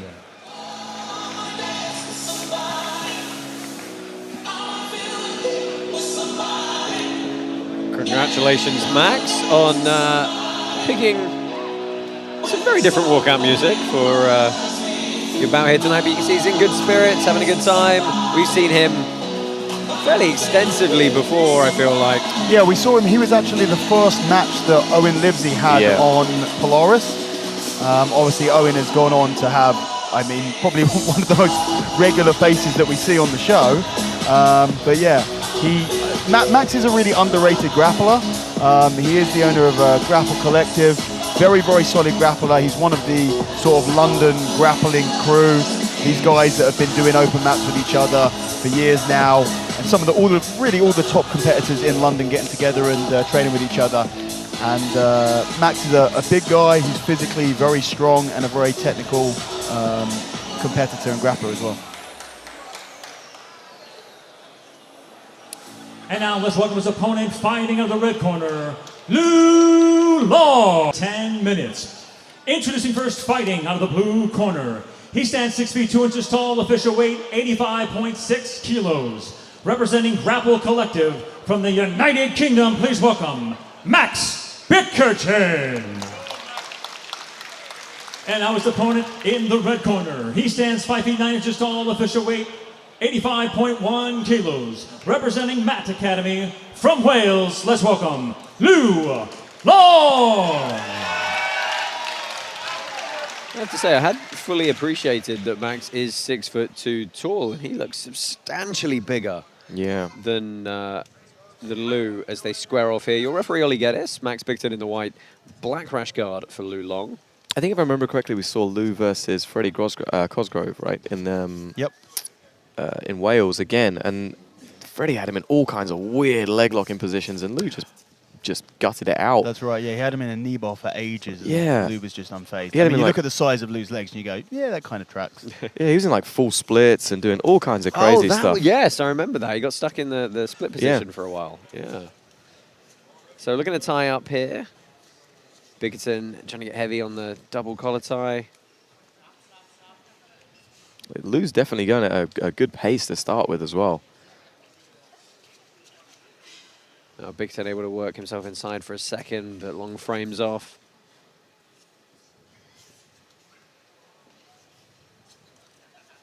Looking to snap down, loses his grip though as he changes level. I mean, Lou is the shorter competitor of the two, which is going to give him a slight advantage in the wrestling, or it can do, Yeah, because he's that much closer to the legs and it's that much further for Max to sprawl. Yeah, Max has been working his wrestling a lot over the last few years, so he's more than happy to oblige in this. But you've got to imagine someone with the MMA career that Lou has had as a grappler, his wrestling is going to be one of his top priorities. Yeah, his wrestling up ability is going to be right up there. Another person you should pay attention for English wrestling that doesn't get a lot of love is Mike Grundy, former UFC competitor. He's taking on Aljamain Sterling in our main event tonight. That card is coming up live and exclusive on UFC Fight Pass in just a couple of hours at 7 p.m. local, 2 p.m. Eastern in the US. Bickerton jumps on a guillotine here, rolls over to mount. Great position here from Max.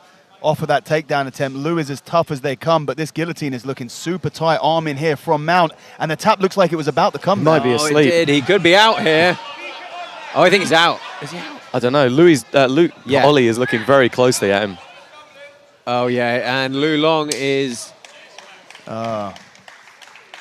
yeah, I don't think he was out. Oh, I don't know. It is really hard to tell. I mean, it honestly looked like he was. It looked like he was convulsing. I was trying to beat around the bush with the wording a little bit, but it did. It did look that way, but I have a feeling that he was not, and it is just one of those things. Well, it is always a.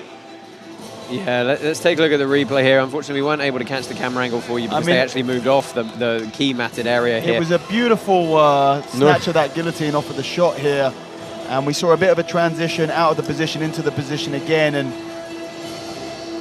yeah, I mean if you look at Lou's arm from our angle, looking at his hand and his leg, it honestly looks like he's going to be out. You saw that arm initially drop but as here's well. The thing, I don't think he was, because if he was out, he would have been out for what, 5 seconds. Oh yeah, and he wouldn't be back around. Which straight means away. he would be back around straight away. Yeah. Let's go ahead, make this one official. Ladies and gentlemen, your winner by guillotine choke, Max Bickerton. Another excellent performance for Max Bickerton. Always a pleasure to have him on here. Trying to break into the main card at some point is Bickerton, but doing a good job of making his case. Again, another contender for our Warrior of the Night £1,000 bonus. We've got a ladies match coming up to conclude these prelims next. Stay tuned with us here at Polaris 25.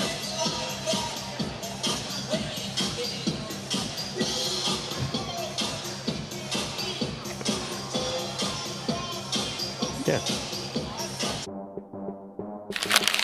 So I decided to start training jiu-jitsu when I was really young. I was watching the UFC one day on a pay-per-view, and I got inspired by the combat sports since then.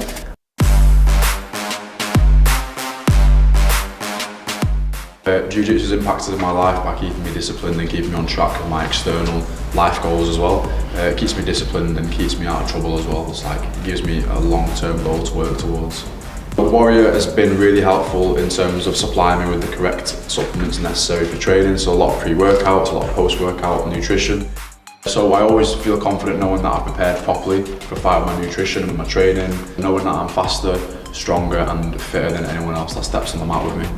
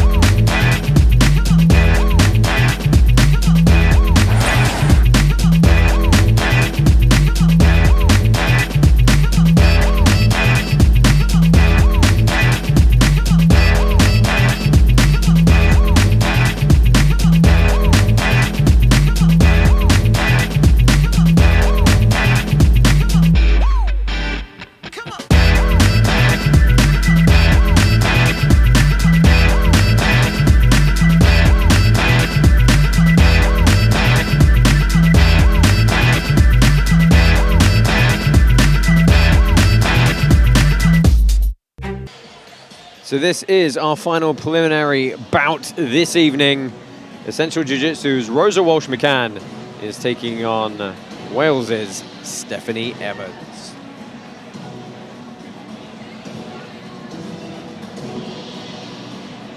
Ladies and gentlemen, let's welcome our next fighter out of the blue corner, Rosa Walsh-McCann.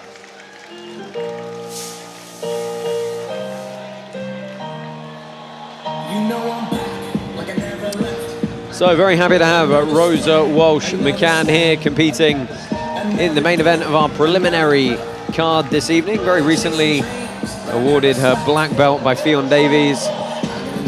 Yeah, Fionn's first black belt actually, and yeah, really, really great to see. You know, Rosa's a great competitor. She competes all over the world, a bit of a nomad in that sense. Training out of Dayton Fresh, and just very, very accomplished. Competed on many, many shows.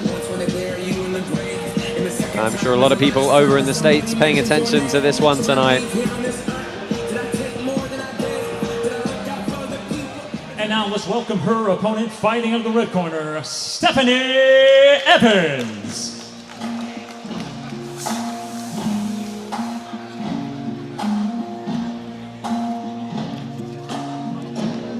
So Stephanie Evans is her opponent tonight. She's based in Abbotsford, just down the road here. She's a professional mixed martial arts fighter and also firefighter as well. She's been training for about 7 years. Yeah, I commentated Stephanie's both of her pro MMA fights on Cage Warriors. Her last one was one of the most brutal rear naked chokes I've ever seen in my life, with 1 second left in the round. She's got this rear naked choke on, her opponent's trying to punch her way out of it and then just goes into the shadow realm. Absolutely brutal. Very, very good grappler. Yeah, said she's looking to out-wrestle the more pure grappler tonight.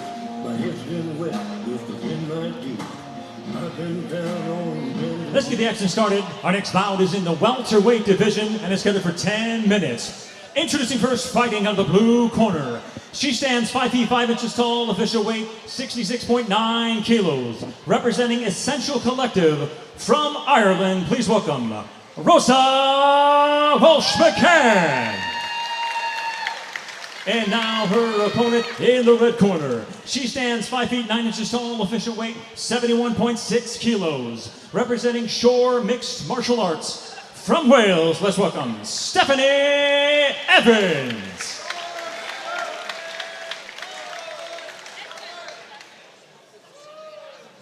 Your referee for this bout is Greg Creel. This fight is brought to you by Warrior, creators of the world's tastiest protein bar. Try Warrior Crunch today. I could do with a tasty protein bar right now. Yeah. Yeah, so Rosa really kind of shot to fame when she won the ADCC competition, the Las Vegas one over at ADC Worlds, beating out some really high-level women. Oh, there's a big shot sprawled into a Kanabasami Going entry. into the knee bar. Wow. Wow.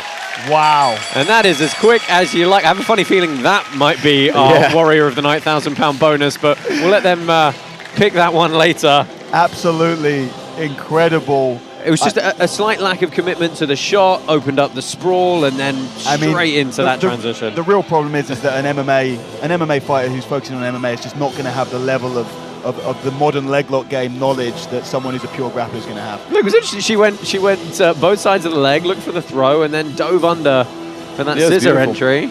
Really nice pull on the heel, great positioning. That is about as clean as it's going to be. Yeah. Ladies and gentlemen, your winner by tap out due to a knee bar, Rosa Walsh-McCann. Congratulations to Rosa Walsh-McCann. That is... I mean, got to be one of the fastest submissions we've ever had. Not the fastest. I think the fastest might still be Ghazari versus Nicolini. Right, with the jump over Which I think armbar was from the guard Polaris pull. 2? Yeah, it was something like that. right in the early Which is like days. 13 seconds or something. But I mean, that was 20-something seconds, if that. 26, I think. Fantastic performance from her. That's going to just about do it for our preliminary card here on YouTube. We're moving over to UFC Fight Pass for our $30,000 8-man Grand Prix tonight. And of course, Aljamain Sterling taking on Mike Grundy. Let's go ahead and take a quick look at the initial matchups for for this 8-man tournament coming your way in a couple of hours' time.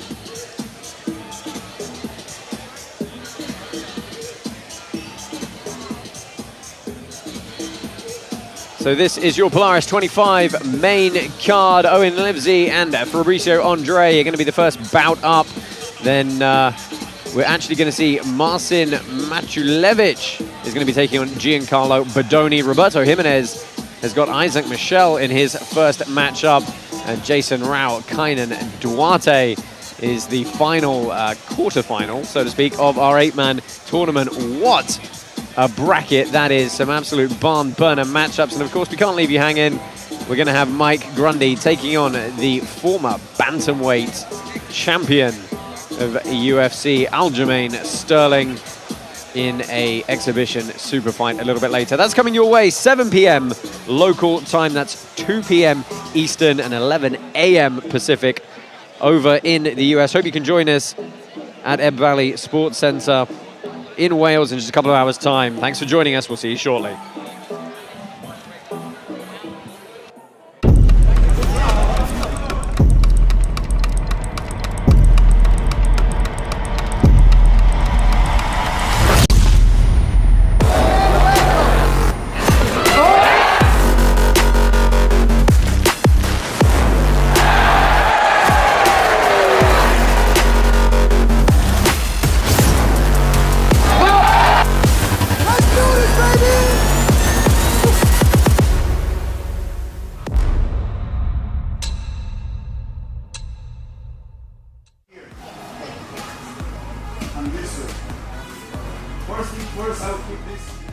The things that I'm doing differently now is just this year I've been very busy. I've been doing a lot of camps. I was very exhausted, but and then now I just took some time off. So now I'm feeling much better in headspace. My body is much more well rested, and now I'm just feeling more my body, listening my body more. I'm enjoying more jiu-jitsu.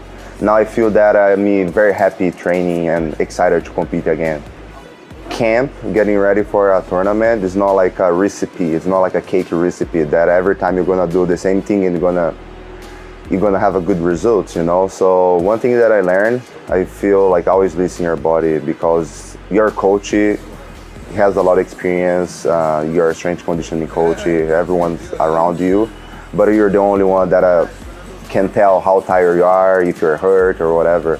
So that's why it's really important. I think you give the feedbacks for them and always like listen to your body.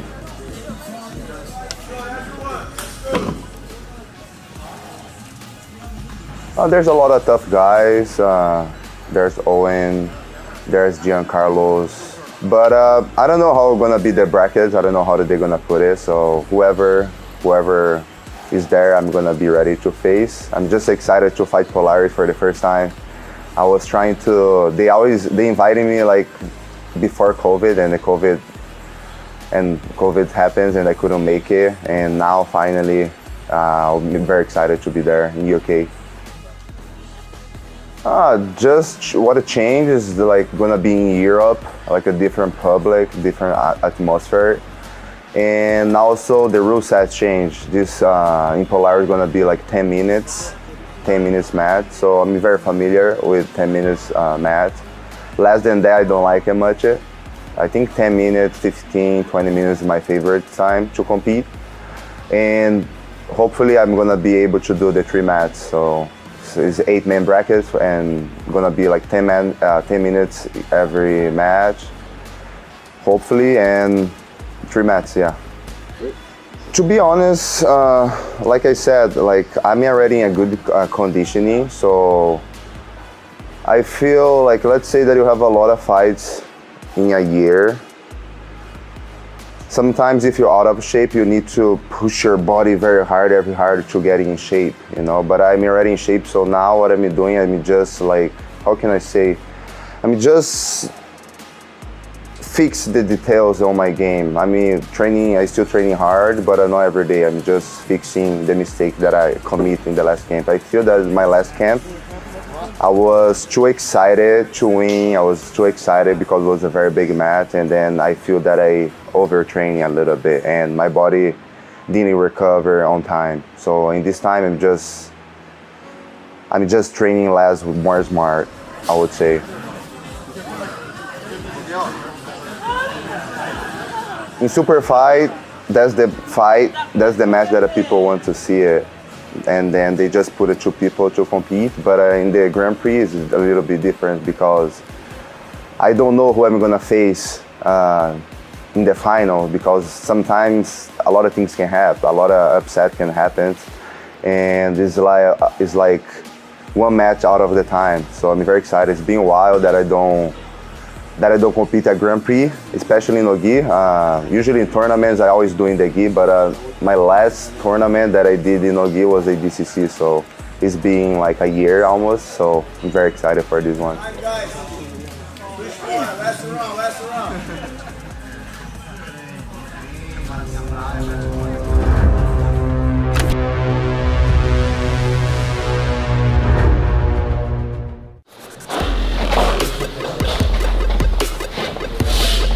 So originally we're in Team Carbon Four Corners gym.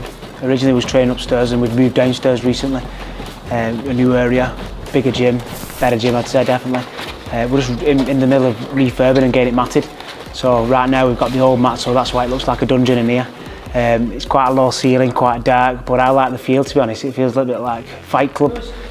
Singles as well now, yeah? Or any deep leg attack, but not taking down. So if you pick up a single, stop. But don't stop, and then back away and start again like that. You stop and keep the pressure on. Okay?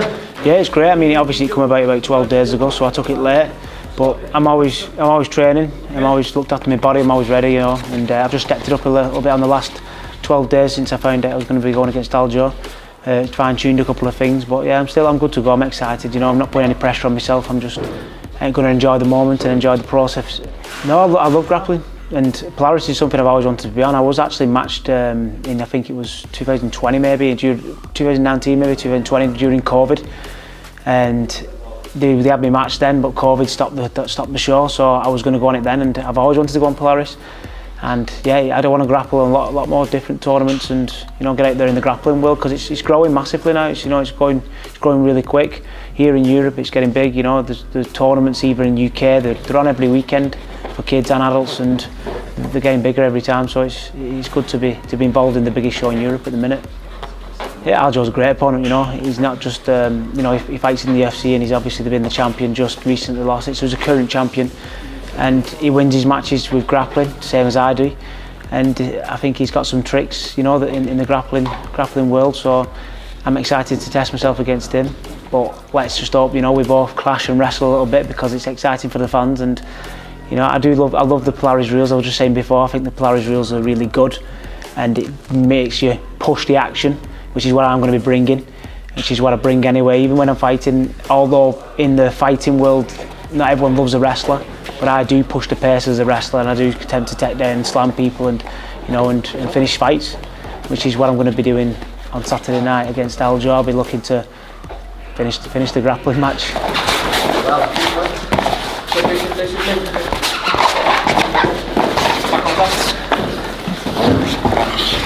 In fighting wise, you know, fighting in the UFC, you know, he is a big bantamweight.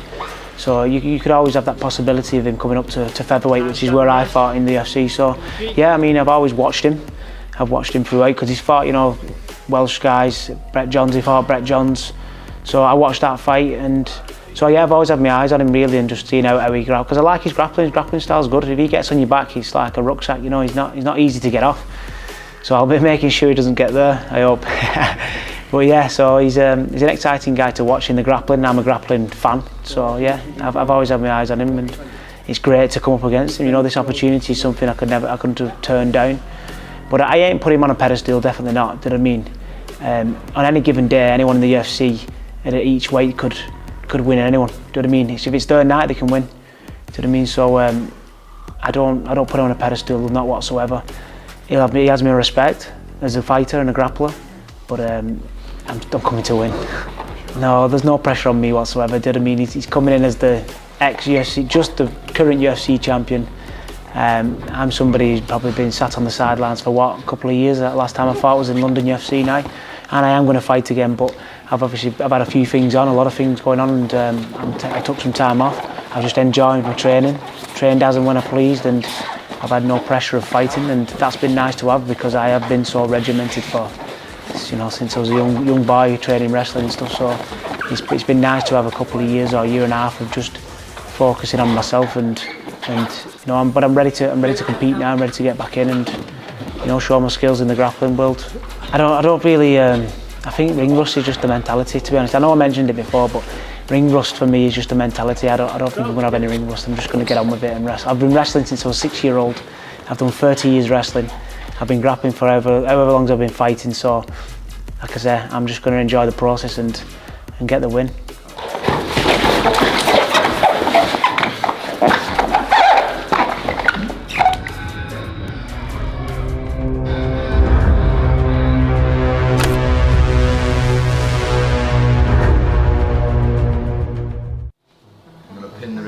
On the other side, he turns into it again.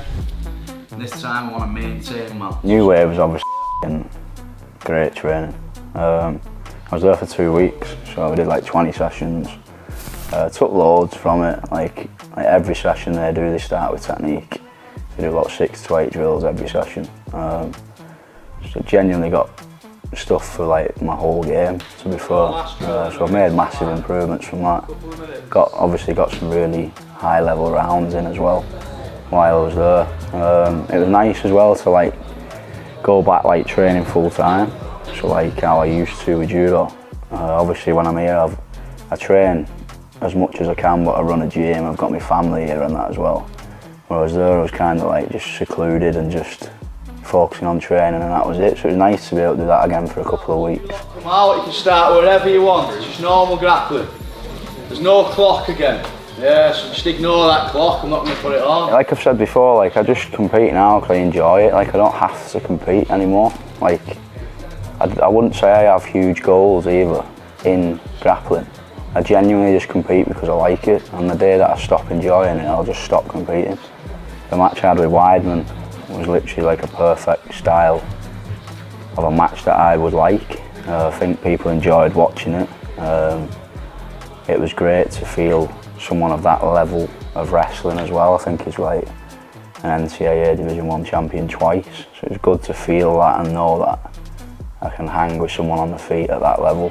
Time, new partner. You came out, stay out. I'm buzzing to be part of it.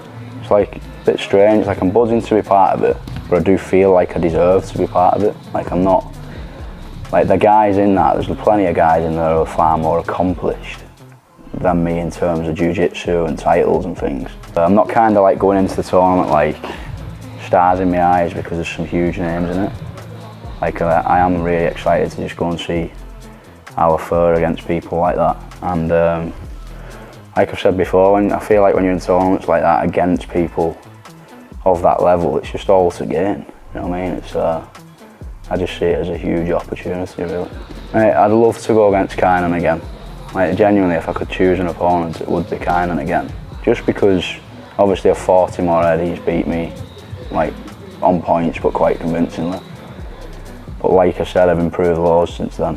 And there was loads of things in that match as well, like, I was fighting Hinger on Polaris the week after, at 88, and I was fighting Kynan at 99, so I was like halfway through a weight cut, fighting Kynan at the peak of his game, at 99, so it was just like nothing in that situation was perfect at all, but it was the ADCC Worlds, like I'm never going to say no.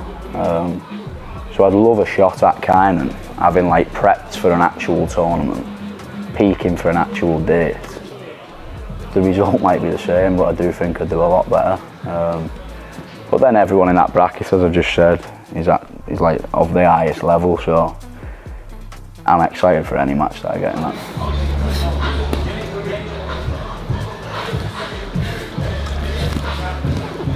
Not really, no. Like literally all my background is tournaments. Like I'm more used to tournaments than I am one-off matches. Like judo's all tournaments there is. Apart from when I was fighting the Bundesliga in Germany for Russell Dine, like judo is just tournaments, so like I'm completely used to tournaments. I really enjoy tournaments. The last time I was in the tournament, I just made a mistake and got caught. I think when you fight at that level, you can be winning as it was with a minute left or something. You make one mistake and you pay for it. Like that's the level you're at. So there's nothing like I'm looking at that tournament and thinking I need to change this. It's like I've spent the last year or something improving areas that I never even used to work on. If I get put in them certain positions, like bottom stuff, like I've been working so much off the bottom now, simply because I wasn't getting put on the bottom in matches until I fought Kynan at ADCC. And when I got put on the bottom, I know Kynan's exceptional on top, like he did the same to Craig in the final on that day. But it showed me that there's massive improvements I can make, which is a good thing. Like, I think if I couldn't improve anywhere and if I was losing and I couldn't find where I could improve, that'd be a massive problem. Like, I like being exposed in a way. It gives me something to get excited about, something to work on. So I'm not going in with a game plan, I'm going to play my game, which is to wrestle, to pass guard, to stay on top, to pin, work to a submission. But if I end up in positions that I wasn't planning on being in, that's fine. I'd like to think I've built them areas well enough now to be able to deal with that. So, new partner! Everyone tries to kill you when that's on as well. No, we should have just a camera every night. Yeah. The round and go like that. I don't mind fighting people a bit lighter and a bit faster. Like, I enjoy scrambles. I do think like the weight I'm at is quite a good weight for an absolute. You're almost at a weight where you're physical enough to deal with people heavier than you. But then I still would like to think I'm light enough to have the speed to deal with the faster lads as well. I'm really into saving money. Honestly, I won't spend it. I swear. If I won 30 grand, I'd go on holiday. I'd have a 2-week holiday somewhere and it'd be like a great holiday. I'd go to a real nice place, live it up big time. Like top of the range hotel, all inclusive. 2 weeks, and then mate, I just live the same lifestyle and keep it in the bank. I don't know, I think mate, I'm just boring now. It's like I've got a son and that. It's like I just save all my money and when he needs money he can have what he wants. I've got what I need now really.